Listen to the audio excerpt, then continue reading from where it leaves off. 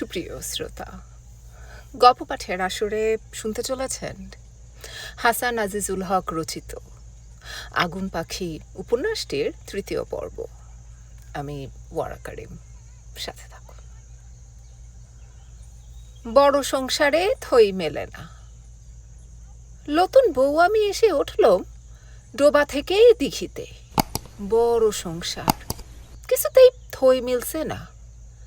আমাদের বংশ বড় ছিল বটে, গাঁজোড়া বংশ, তবে সেসব আলাদা আলাদা ভাই ভাইয়াদের সংসার। আমাদের নিজেদের সংসার ছোট। মাঝ এখন বেঁচে তখনও ছোট, তার মরার পরে কিছুদিন তো আরও ছোট। নতুন মা আসার পরে একে একে ভাই বোনগুলিন হতে হতে যখন আমার বিয়ের সময় হলো, তখন সংসার কতটা বড় হয়েছে বটে, তে বলি ই বাড়ির মতো লয়। কর্তারা 5 ভাই, আমাকে নিয়ে বউ 2, মোটে বড় আর মেজো, এই 2 ভাইয়ের বিয়ে হয়েছে। আর ভাইয়ের এখনো বিয়ে হয় নাই। ছোট ভাইটি তো খুবই ছোট, 8 বছরের হবে। 4 বোনের মধ্যে 2 জনার বিয়ে হয়েছে। বড় বোনটি স্বামী সংসার নিয়ে গাঁয়েই থাকে। মেজো জনার পোড়া কপাল, মাত্র 9 বছর বয়সে বেধবা হয়ে এই সংসারেই ফিরে এসেছে। বাকি 2 জনার এখনো বিয়ে হয় নাই। এত লোক সংসারে, তবে সবার উপরে আছে আমার শাশুড়ি। তার বয়স হয়েছে বটে, কিন্তু এখনো খুব শক্ত। 2-4টো চুল পেকেছে, দাঁত একটিও পড়ে নাই, গোটা সুপুরি চিবিয়ে খেতে পারে। শাশুড়ি ফিট সাদা, কর্তার মতন সামলা লয়। বেধবা মানুষ, সাদা ধুতি পরনে, কপাল পর্যন্ত লাস কাড়া, ঠিক বউ মানুষের মতন। দেখার সাথে সাথে বুঝতে পারলাম এই শাশুড়ি বাড়ির গিন্নি। তারপরের গিন্নি ওই বেধবা ননদ। 9 বছরেই বেধবা হয়ে ভাইদের সংসারে এসে। বাড়ির নিয়ম ঠিক হিঁদুদের মতন, বেধবার বিয়ে নাই এই বংশে। এই ননদ এখন ভরা যুবতী, আমার সে বড় বটে, তবে বেশি বড় লয়। বয়সে 4-5 বছরের বেশি হতে পারে। আমি নতুন বউ হয়ে থাকলাম আর কদিন। কানে তুলো, পিঠে কুলো, চোখে ঠুলি লাগিয়ে সংসারের ঘানিতে জুতে গেলাম 2 দিন যেতে না যেতেই। তবে এই এক সুবিধা, এই সংসারে আমার দেখার কিছু নাই। বাড়ির গিন্নি আছে, সেই দেখবে, যা করবার সেই করবে। বড় বউ আর আমি শুধু ঘূর্ণি পাক খেলেই হয়ে যাবে। হ্যাঁ, সেই যে ঘানি টানতে লাগলাম, সারা জীবন একবারও আর থামতে পারলুম না। ডাইনে বললে ডাইনে, বায়ে বললে বায়ে, শুধুই হুকুম তামিল করা। এখন মনে হয় জীবনে কোনো কাজ নিজে নিজে করি নাই। নিজের ইচ্ছা কেমন করে খাটাতে হয় কোনোদিন জানি নাই। আমি কি মানুষ, না মানুষের ছায়া? তো কি আমার নিজের ছায়া? তবে নিশ্চিন্তি বটে, কোনো কিছু তো নিজেকে ঠিক করতে হবে না। যা করবার, যা বলবার, গিন্নি করবে, গিন্নি বলবে। আর সে কি সে যে গিন্নি? ওইটুকুন মানুষ, সাদা শাড়িতে কপাল পর্যন্ত ঢাকা, শরীরের কোথাও এতটুকু ধুলোবালি লেগে নাই। এত পরিষ্কার থাকে কেমন করে মানুষ, তাই ভাবতম। মুখে 1-2টি কথা, ভালোবেসেও লয়, মন্দবেসেও লয়। আর না পছন্দ কোনো কিছু করলে 2-1টি বাক্যি যা বলতো, তা যেন কলজে ছেঁদা করে দিত। এইটাতেই ভয় লাগতো বেশি। তবে বিচের ছিল বটে, একটি অন্যায় কাজ লয়, অন্যায্য কথা লয়, কোনো কিছু নিয়ে 2 করা লয়। একেবারে সূক্ষ্ম 16 আনা ন্যায্য বিচের। এমন না হলে কি অত বড় সংসার থাকে? সেই লেগে বলি, শাশুড়ি যেন এই জগতের লোক ছিল না। এদিকে সংসারের কর্তা কিন্তু মেজজনা, আমার স্বামী। তার বড় ভাই আমার ভাসুর, কর্তার চাইতে বছরের বড় হলে কি হয়, সে ছিল খুব আলাভোলা মানুষ, নিতান্তই ভালো মানুষ। বিষয় সম্পত্তির কোনো কিছুতেই তার আঠা ছিল না। জীবনের শেষ দিন পর্যন্ত সে যেন কর্তার ছোটই থেকে গেল, কোনো দায় দায়িত্ব নিলে না। ছোট ভাইকে যেন একটু ভয়ই করত মনে মনে। তার ছিল খাওয়ার শখ, জামা কাপড়ের শখ, তবে সে আর কতটুকুনি। ছেলেপুলে হলো না কোনো দিন। ভাই বোনদের ছেলে মেয়েরাই ছিল তার সব। ছোট ছোট ছেলে মেয়েদের কি ভালোই যে বাসত, বিশেষ আমার ছেলে মেয়েদের। পরপর 2 খোকার পরে আমার একটি খুঁকি হয়েছিল। সেই খুঁকি ছিল তার জান। বাড়িতে সে থাকতই না প্যারায়। অনেকদিন পরে পরে যখনই বাড়ি আসতো, সঙ্গে থাকতো হাঁড়ি ভরা মিষ্টি। মিষ্টি ছাড়া বাড়ি ঢুকতো না। হয়তো ব্যবসার টাকা নষ্ট করে কিংবা ধার করে ছেলে মেয়েদের লেগে মিষ্টি, খেলনা এইসব আনত। আর কর্তার কাছে মুখ শুনতো এই লেগে। কর্তা বলতো, শুধু শুধু টাকা নষ্ট করবে কেন? কঠিন কঠিন কথা শুনে ভয় আর লজ্জা নিয়ে এমন করে দাঁড়িয়ে থাকতো ছোট ভাইয়ের সামনে, যেন চোরের দায়ে ধরা পড়েছে। কিন্তু কই পর্যন্তই। কথা এক কান দিয়ে শুনলে আর আরেক কান দিয়ে বার করে দিলে। বাড়িতে ঢুকলেই ছেলেপুলেরা কেউ ঘাড়ে কেউ মাথায়। কেউ তাকে বড় চাচা বলতো না, বলতো বড় বাপ। সংসারের সব দায় ওই মেজ কর্তার হলেও আবার এদিকে দেখো, তেমন দরকার পড়লে সে খবর দিয়ে বড় কর্তাকে বাড়িতে ডেকে এনে জিজ্ঞেস করত অমুক কাজটাও করবে কিনা। বড় ভাইও তেমনি, তার শুধু একটি কথা, মনে হলে করো গা, ভালো মনে হলে করো গা। আমাদের এমন অবাক লাগতো। যখন তখন বড় ভাইকে এই বকা তো সেই বকা, আবার তেমন তেমন ব্যাপার হলে তার কাছেই হুকুম চাওয়া। কিন্তু কি কথাও বলতে হবে, ছোট কেজি কতটা সমীহ করতে হয়, যদি ছোট তেমন সম্মানের যোগ্যী হয়। তাও দেখেছি এই সংসারে। কর্তাকে ওই বয়সে যে অত দায়িত্ব নিতে হয়েছিল, তার কারণ হলো আমার শ্বশুর 8 লটো ছেলে মেয়ে আর বেধবা স্ত্রী রেখে অল্প বয়সেই মারা যায়। কথাবার্তা শুনে আমার মনে হয় শ্বশুর বোধহয় খানিকটু আমার ভাসুরের মতনই বিষয় সম্পত্তি দেখে রাখবার মানুষ ছিল না। তবে সে আলাভোলা ছিল না। এলাকার হিন্দু মুসলমান বড় বড় মানুষের সাথে তার ওঠা বসা ছিল। শখ সাধু ছিল বোধহয় তেমনি। নিজের পালকি ছিল, 6 বেহারার পালকি।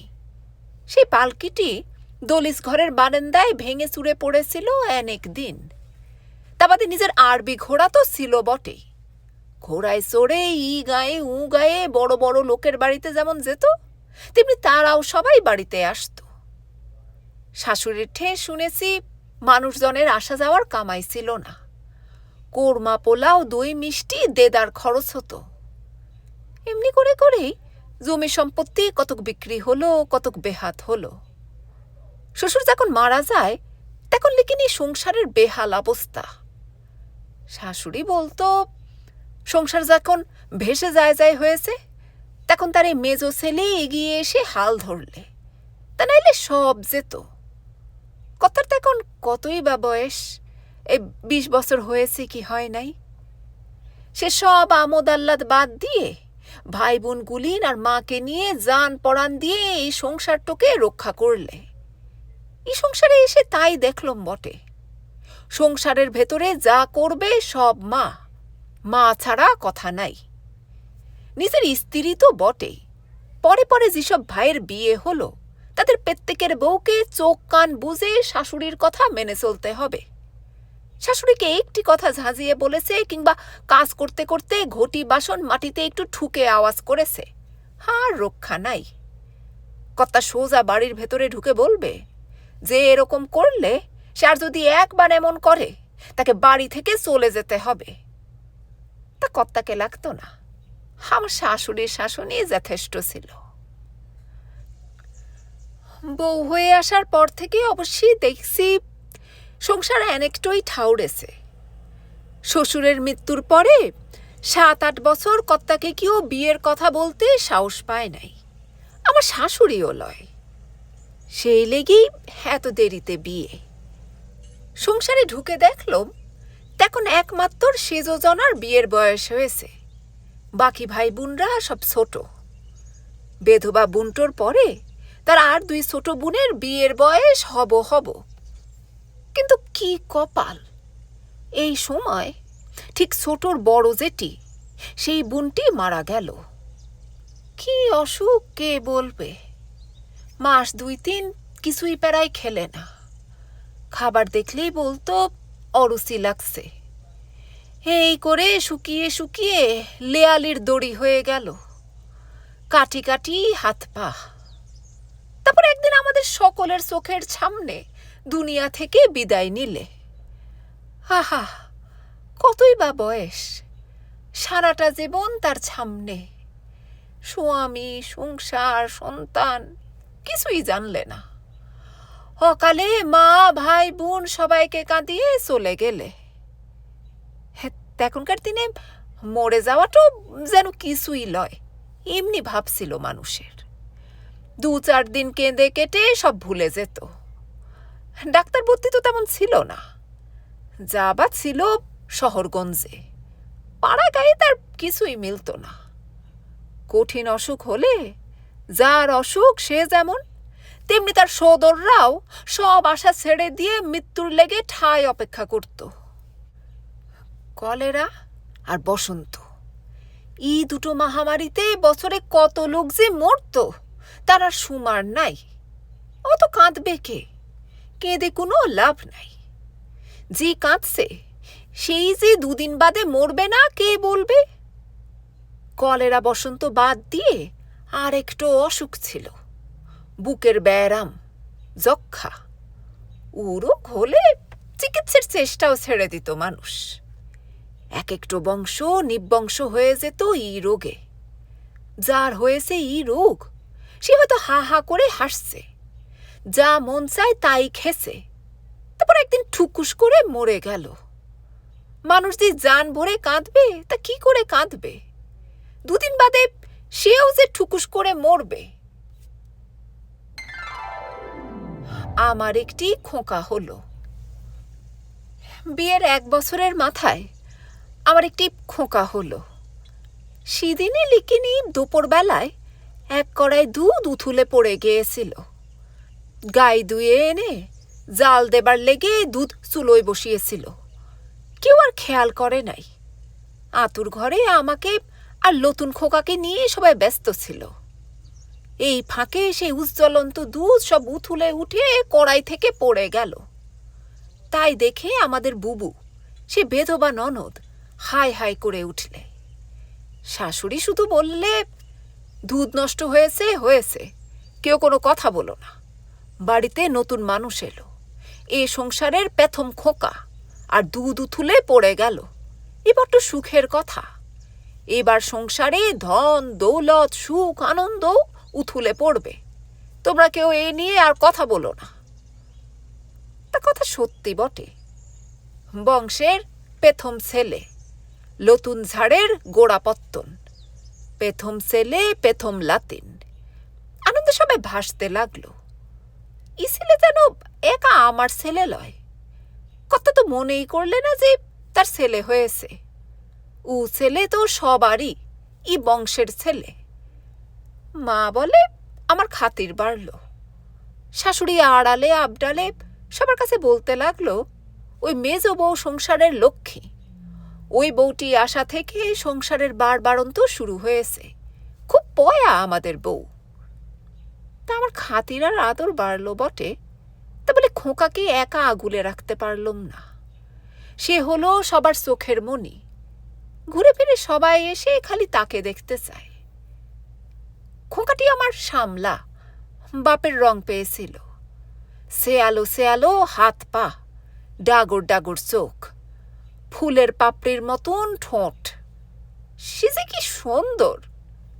এমন ছেলের মুখ একবার দেখতে পেলে মায়ের 1 লাখ বছর দুনিয়ায় বাঁচা হয়ে যায়। সবাই বলতে লাগলো, আসমান থেকে এক ফালি চাঁদ নেমে এসে আমার কোলে। বড় হতে লাগলো চাঁদের মতন। আজ একটু, কাল একটু, আজ একটু আলো দেখি মুখে, কাল দেখি চোখে। দিন যায়, দিনের পর দিন যায়, দিন গড়িয়ে মাস যায়, মাস গড়িয়ে বছর যায়। সংসার কেরমে কেরমে বড় হতে লাগলো। সেজো দেওরের বিয়ে হয়ে গেল, বাড়িতে নতুন বউ এলো। তারপর একদিন শেষ ননদটিরও বিয়ে হলো মাহা ধুমধাম করে। বিয়ে হলো 10 কোষ দূরের এক গাঁয়ে। সে ঘরও খুব অবস্থাপন্ন। দু একটা কষ্টের কথা সব মানুষেরই থাকে, আমারও কি ছিল না? ছিল বই কি। পিতিকার হোক আর না হোক, বলতে পারলে তো মনটা একটু খোলসা হয়। তা কাকে বলবো? এসব কথা তো শাশুড়ি ননদকে বলার লয়। হয়তো তাদের লিয়ে এই কথা, তাদের বলবো কি করে? এক কর্তাকে বলা যায়, তা সে এমন লোক যে সামনে দাঁড়ালেই মনে হয় এই লোককে এসব কথা বলা যায় না। মনে হয় আমার আবার আলাদা কথা কি, নিজের লেগে ইয়াকে আবার কি বলবো। সারাদিনে তাকে দেখতেই পেতাম না, দেখা হতো শুধু অনেক রেতে। শাশুড়ি যতকাল ছিল, আমি ছিলাম ঠিক যেন নতুন বউ। এতগুলিন ছেলের মা হয়েও নতুন বউ। তা আমি আমার কথা বলবো কি? একদিন রেতে কর্তা হঠাৎ বললে, একটা কথা বলি শোনো, ছোটবেলায় পাঠশালায় যাও নাই, তা বলে কি চিরকাল মূর্খ হয়ে থাকবে? একটু লেখাপড়া শেখা কি খারাপ? কথা শুনে আমি তো 7 হাত পানিতে। ই আবার কি কথা? এখন আবার আমি কি লেখাপড়া শিখব? লেখাপড়া শেখার কোনো বয়স নাই। একটু পড়তে লিখতে শিখলেই বুঝতে পারবে দুনিয়া কেমন করে চলছে। তা জেনে আমার কি হবে? সংসারে খাটতে খাটতে জান গেল, জানি এই করেই জীবন যাবে। এই বয়সে আমি কি আবার বিএ এমএ পাস দেবো? লেখাপড়া শিখতে গেলে বিএ এমএ পাস দিতে হয় না। যাই হোক, আমি বই কিনে আনবো, দেখবে কদিনের মধ্যেই অক্ষর শিখে যাবে। ও এখন আর আমি পারবো না। পারতে তোমাকে হবেই। কর্তার মুখ দেখে বুঝতে পারলুম ও মানুষ যা করবে ঠিক করে, তা নিয়ে চেঁচামেচি করে না, ভেতরে ভেতরেই ঠিক করে। আমি চুপ করে থাকলুম। একটু বাদে কর্তা আস্তে আস্তে শেষ কথাটাও বললে, আলো আর আধারের যে তফাৎ, অক্ষর জানা আর না জানা মানুষের মধ্যে ঠিক সেই তফাৎ। কি আতান্তরে যে পড়লুম, কর্তা আমাকে কি বিপদের মধ্যে ফেললে। কিন্তু সেই মানুষকে যে চেনে নাই সে চেনে নাই। একদিন ঠিকই আনলে বিদ্যাসাগরের বর্ণ পরিচয়ের প্রথম ভাগ, একটা ছেলে তার পেন্সিল। কত একটু শৌখিন ছিল। সারা বাড়িতে রেতে জ্বলত পিদিম আর লণ্ঠন। কর্তার ঘরে জ্বলত একটা হ্যারিকেন। হ্যারিকেনের তো এখন অনেক দাম। কর্তার ঘরে ছিল একটা বিদেশি দামি হ্যারিকেন।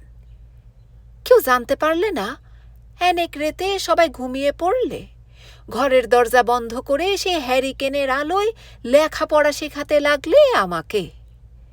সারাদিনের খাটাখাটুনির পরে চোখ জড়িয়ে আসতো ঘুমে, কিছুতেই জেগে থাকতে পারতুম না। কিন্তু কর্তার কোনো মায়া নাই, সে কি তার তর্জন গর্জন।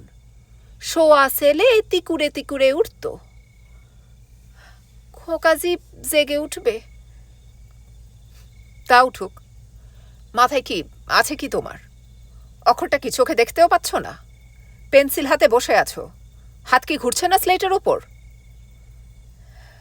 কি জানি, মাথা কেমন গোলমাল লাগছে। বুঝতে পারছি ঘুম আসছে।